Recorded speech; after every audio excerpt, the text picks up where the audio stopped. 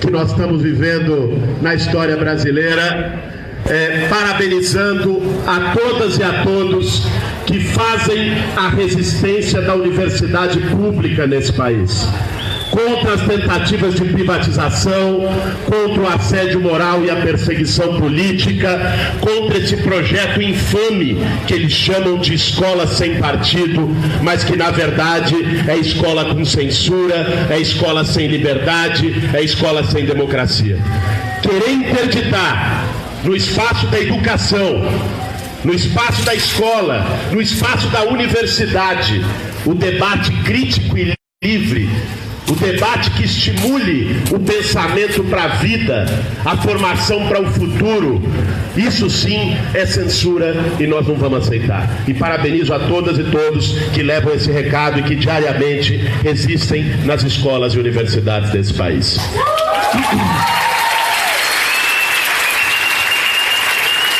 Quero aqui fazer alguns agradecimentos.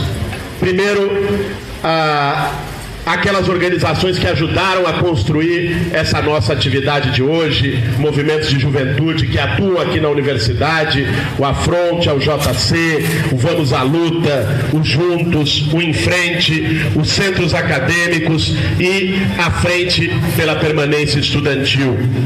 Quero também cumprimentar que está aqui a representação do Centro de Estudos de Conjuntura Econômica, professor Marco Antônio Rocha, professor Pedro Rossi, que colaboraram no debate da nossa campanha, professor Guilherme Melo, que colaborou com a campanha do Fernando Haddad no debate econômico. Quero cumprimentar Mariana Conte, que está aqui, fez sua saudação, a Marcela e o Paulo Búfalo, pela presença, pela força que o pessoal tem tido também para organizar essas atividades e a resistência democrática. E quero também, gente, agradecer a cada um e a cada uma que no primeiro turno dessa eleição esteve conosco apresentando um projeto de país.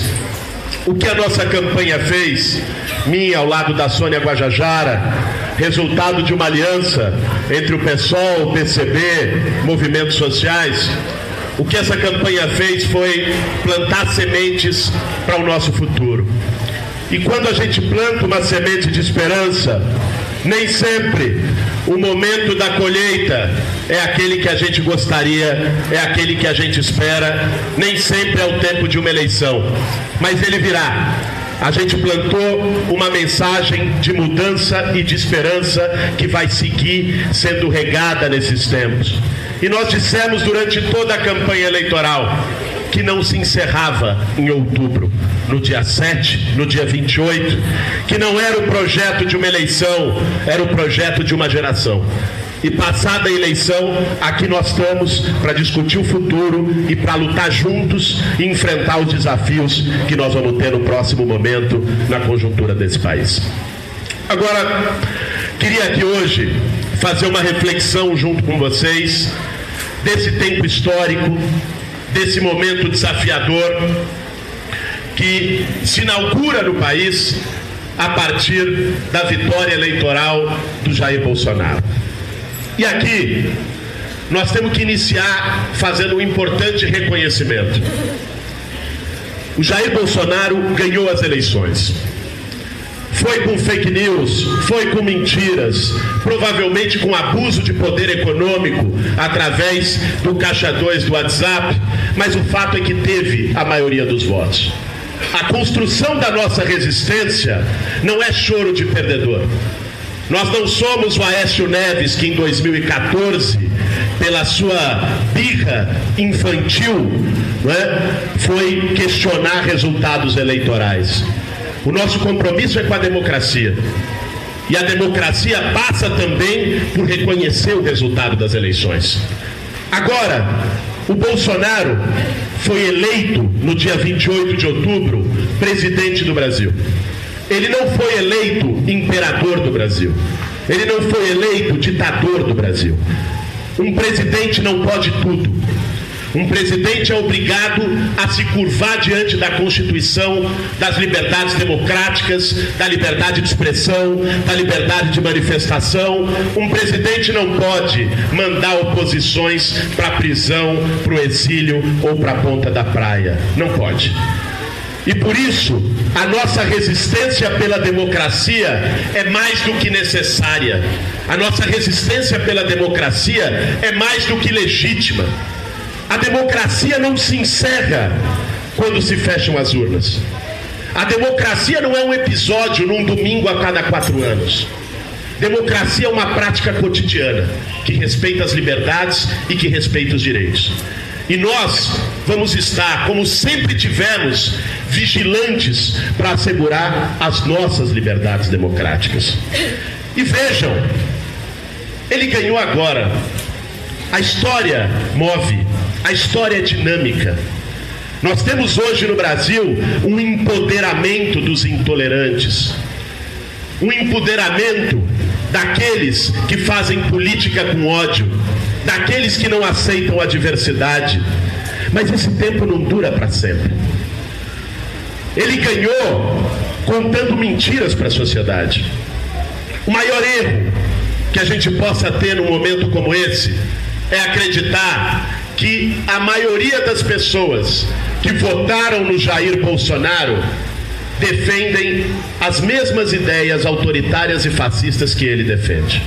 Não é assim. Boa parte dessas pessoas votou no Bolsonaro, e eu tive a oportunidade de vivenciar isso durante uma campanha eleitoral, andando pelo país, conversando com as pessoas. Votou porque estava desiludido com a política, com o sistema político, com uma crise de representação profunda. Votou porque não aguentava mais um velho jeito de fazer política e que o Bolsonaro, de uma maneira astuta e falsa, se apresentou como saída para isso. Foi por isso que ele mentiu. Mentiu porque ele não é novidade, ele não é alguém de fora, ele não é o antissistema que diz ser. Ele é um deputado que há 28 anos está no Congresso Nacional sem ter feito nada pelo povo brasileiro. Ele é alguém que ganhou dinheiro na política. É alguém que recebeu auxílio moradia tendo casa. É alguém que usufruiu das práticas mais velhas que ele disse agora condenar. Mais do que nunca, nós temos que estar atentos, firmes, para dialogar com essas pessoas. Abertos a dialogar com aquelas pessoas que votaram no Bolsonaro, mas não quiseram eleger um ditador. Que votaram no Bolsonaro, mas defendem as liberdades na sociedade e defendem os direitos na sociedade. Porque ele, mal tomou posse, já começa a dizer a que veio. E da mesma forma que ele explorou a desilusão das pessoas, muito rapidamente ele vai gerar desilusão em muita gente que apostou nele como esperança ou como saída para a situação do nosso país. Vejam só, o governo Bolsonaro representa uma combinação perversa de um projeto de destruição de direitos ultraliberal do ponto de vista econômico, com um projeto profundamente autoritário do ponto de vista político. Economicamente, eles já lançaram a ideia de retomar a reforma da Previdência piorada. A reforma do Temer, para eles, é insuficiente. Lançaram aí, nos últimos dias, o projeto de capitalização da Previdência, que, para quem não sabe, é um projeto que foi aplicado no Chile e levou à miséria centenas de milhares de idosos. Na capitalização integral da Previdência, a aposentadoria é garantida para aqueles que podem pagar por ela. Deixa de ser um regime de solidariedade entre as gerações para ser um regime de autofinanciamento de quem pode pagar. O que eles estão propondo para a Previdência é a destruição de um sistema público de aposentadoria em nome de lucros bilionários dos bancos e fundos de pensões que vão ser os gestores da Previdência no país. As pessoas vão se dar conta disso. O que ele está propondo ao agora, há uma semana atrás, anunciar a extinção do Ministério do Trabalho, não é enxugamento da máquina pública. Se criou uma falsa ideia de que extinguir ministério é coisa boa, é combate à corrupção, é combate ao inchaço da máquina. Vocês sabem, no Ministério do Trabalho, que ele anunciou a extinção, está sediada todas as equipes de fiscalização de trabalho escravo, de trabalho infantil, de abuso nos locais de trabalho. Extinguir o Ministério do Trabalho significa desestruturar toda a estrutura de fiscalização e dar um salvo-conduto para patrão fazer o que quiser nesse país. E por aí vai. As medidas econômicas são uma pior do que as outras. A equipe dele é uma equipe integralmente composta de banqueiros. Paulo Guedes é um banqueiro que vem do BTG Pactual. Está anunciando que vai manter o Ilan Goldfein, um banqueiro que veio do Itaú, na presidência do Banco Central. E ontem anunciou Joaquim Levy, um banqueiro que vem do Bradesco, no BNDES, que foi ministro da Economia durante o governo Dilma em 2015, sob as nossas críticas e sob a nossa mobilização contra o ajuste fiscal que fez naquele ano. Então vejam, não tem como uma equipe dessa e como um programa desse fazer uma política que seja uma política para a maioria do povo brasileiro. É uma política destrutiva. E muita gente do povo que acreditou no Bolsonaro, como resultado dessa política, rapidamente vai perder as suas esperanças e se desiludir com o que representa esse projeto. Mais do que isso, o autoritarismo político que ele representa é algo inédito desde o fim da ditadura militar. Ele exalta a ditadura militar a plenos pulmões. Coloca um torturador nefasto, né? Uma figura detestável, como o brilhante Ustra, como se fosse herói da nação. E, mesmo como presidente eleito, mantém um discurso que fez durante toda a campanha, que quer acabar com os movimentos sociais, que vai acabar com o MST, vai acabar com o MTST, que vai tornar os movimentos terroristas a partir de uma alteração da lei contra o terrorismo, que vai acabar com os ativismos no país. Nós demos um recado a ele na primeira vez que disse isso. Acabar com o movimento social não é decisão de decreto. Não se acaba com o movimento social por ameaça ou pela aprovação de uma lei no parlamento. Se ele quer acabar com o MTST, a gente até ajuda. Tem um jeito. É construir 6 milhões de casas para todos sem teto que precisam de moradia nesse país. Não tem outro.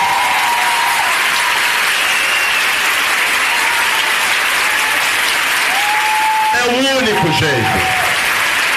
Se ele quer acabar com o movimento sem terra, também tem um jeito. É fazer reforma agrária, para que quem não tem terra possa trabalhar nela. Não tem outro caminho. Acreditar que vai liquidar movimento, batendo o pé, gritando mais alto, ameaçando, não vai. A luta vai continuar.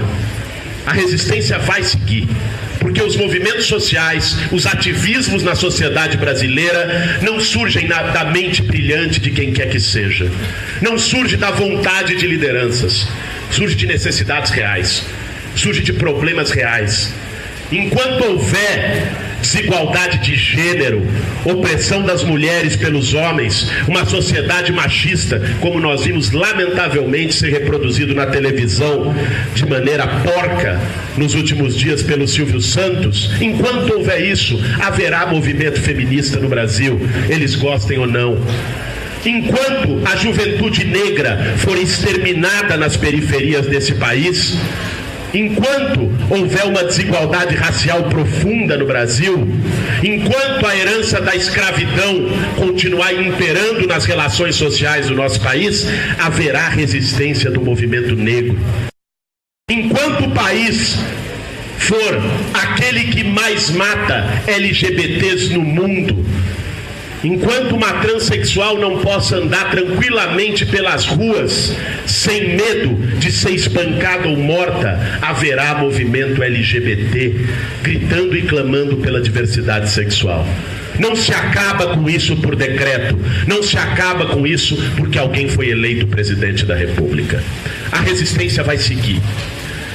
Que estão colocados a todas e a todos que defendem a democracia, os direitos sociais e a liberdade do nosso país.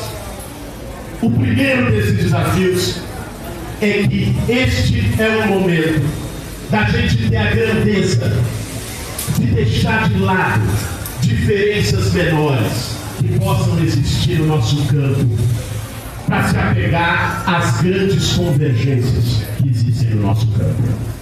É momento de construir uma frente ampla pela democracia no Brasil. Uma frente que caibam todos aqueles que estão dispostos a resistir contra as atrocidades do Jair Bolsonaro. Todos aqueles que querem democracia, que querem liberdade, que não querem abrir mão dos seus direitos básicos e fundamentais. Essa frente precisa ser construída urgentemente.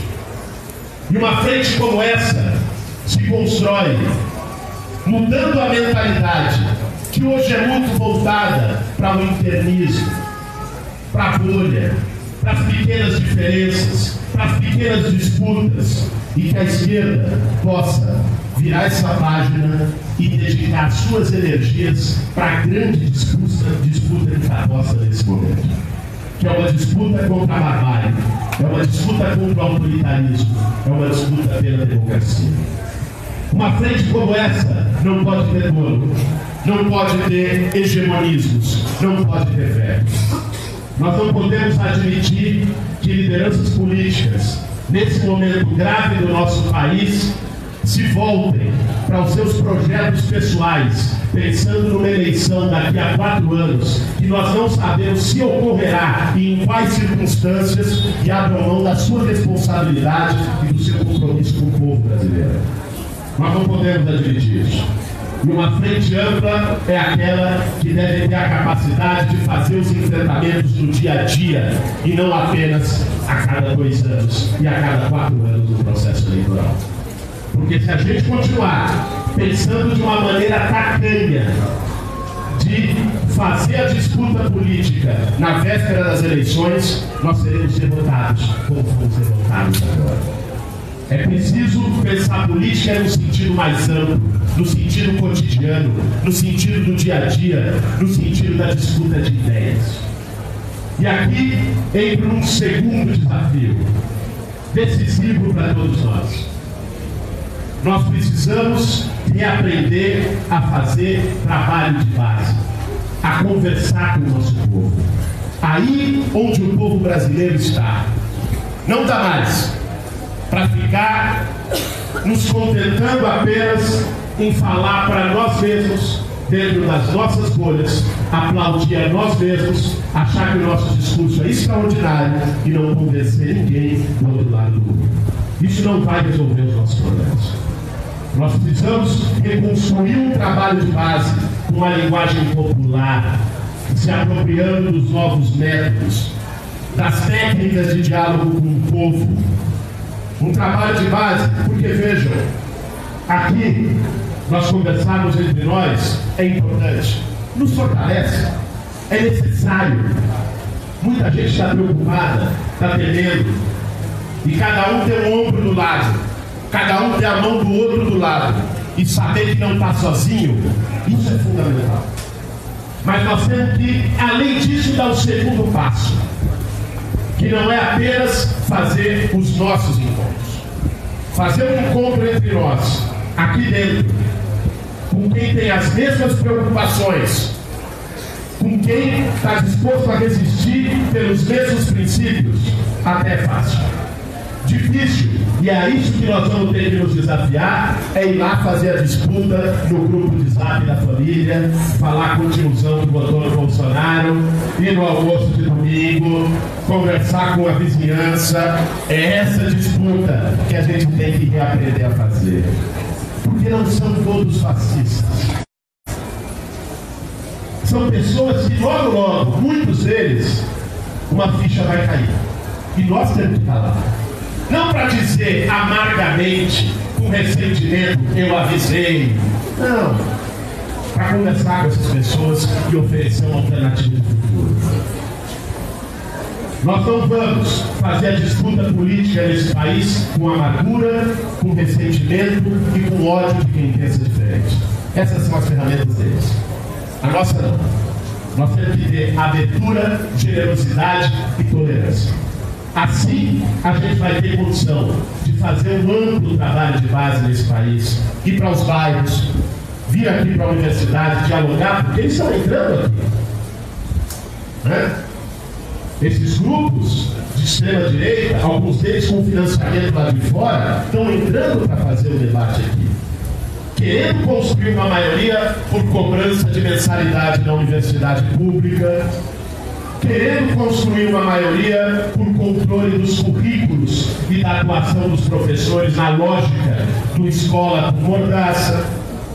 Eles já estão atuando nesse âmbito. E é muito importante que se construa essa frente de resistência. Assim como nos bairros, nas escolas, nos locais de trabalho.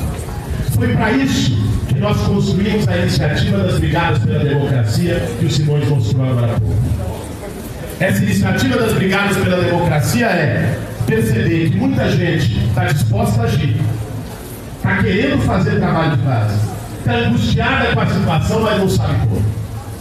Em poucas semanas, quase 20 mil pessoas se juntaram a essa iniciativa. Ela ainda está sendo organizada, estamos organizando através dos grupos de WhatsApp. A ideia é organizar nos territórios para que a gente continue resistindo no dia a dia, no cotidiano e não apenas nos processos eleitorais. E quero aqui encerrar falando de um terceiro e último desafio. Nós precisamos sim construir uma frente ampla. É necessário para esse momento. Nós precisamos sim refletir e atuar no trabalho de base, escutando as pessoas, sem arrogância, dialogando com o povo, ouvindo o povo, para pensar a construção do futuro. Mas nós precisamos também, e num momento como esse, é isso que faz da gente resistência, rocha. Nós precisamos também não abrir mão dos nossos sonhos. Às vezes, quando os tempos são sombrios, a gente recua. A gente acredita que não é mais possível. Às vezes, a derrota de uma batalha, por segura, é sentida por muitos como se fosse a derrota final de uma guerra. Não é. A história mostra isso pra gente. Os tempos, por piores que sejam, as derrotas, por mais amargas que sejam, sempre passam. Se nós estamos aqui hoje, dentro de uma universidade, podendo conversar sobre o futuro do nosso país, é porque teve, num período mais sombrio ainda da nossa história, 21 anos de uma noite ditatorial, com tortura, com morte e perseguição política, porque mesmo naquele momento teve gente que teve coragem e resistiu. Teve gente que entregou tudo que tinha, de mais precioso, a sua própria vida, pelos seus ideais, para que a gente pudesse estar aqui hoje, para que a gente pudesse votar, para que a gente pudesse se manifestar, para que pudesse ter universidade pública com liberdade de pensamento, para que pudesse ter imprensa com capacidade de criticar, para que pudesse ter tudo isso. Muita gente deu a vida. Essas pessoas tiveram coragem, correram riscos, muitas delas pagaram preços altos por esses riscos. Essa geração e a coragem que ela teve deve servir para a gente de estímulo, de esperança, para que a gente nesse momento também não recue e tenha coragem de não abrir mão do que ela conquistou por nós.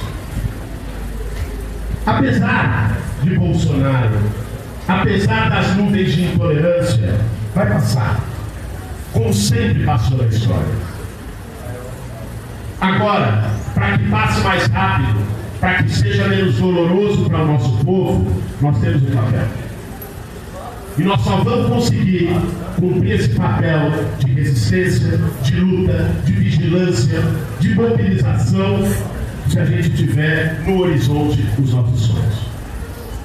O sonho de um país onde ninguém seja dominado pela forma como decide amar. O sonho de um país onde nenhuma mulher tenha menos direitos do que os homens. O sonho de um país onde ninguém seja assassinado por ser negro. O sonho de um país com justiça, com igualdade. Esse sonho se constrói. Esse sonho se constrói no dia a dia. E ele tem que nos mover para, num momento como esse, não se amedrontar, não se deixar intimidar, não recuar diante das trovoadas. Elas vão ser duras. Nós vamos passar por tempos difíceis. É importante que a gente saiba e esteja preparado para isso. Mas se nesses tempos difíceis a gente tem a disposição de lutar e a esperança de não abrir mão do nosso futuro, eles passam mais rápido, e a gente vai ter um papel na nossa história e na história do nosso país que vai ficar marcado como quem ajudou a fazer com que esses tempos passassem. Por isso, gente, é muito importante que a gente não só participe de atividades como essa, que a gente replique atividades como essa, que a gente construa diariamente as brigadas pela democracia, que a gente não só fale da resistência, que a gente seja a resistência. Cada um de nós tem que ser a semente dessa resistência e a semente desse futuro. Obrigado a todos e todas. Obrigado por falar.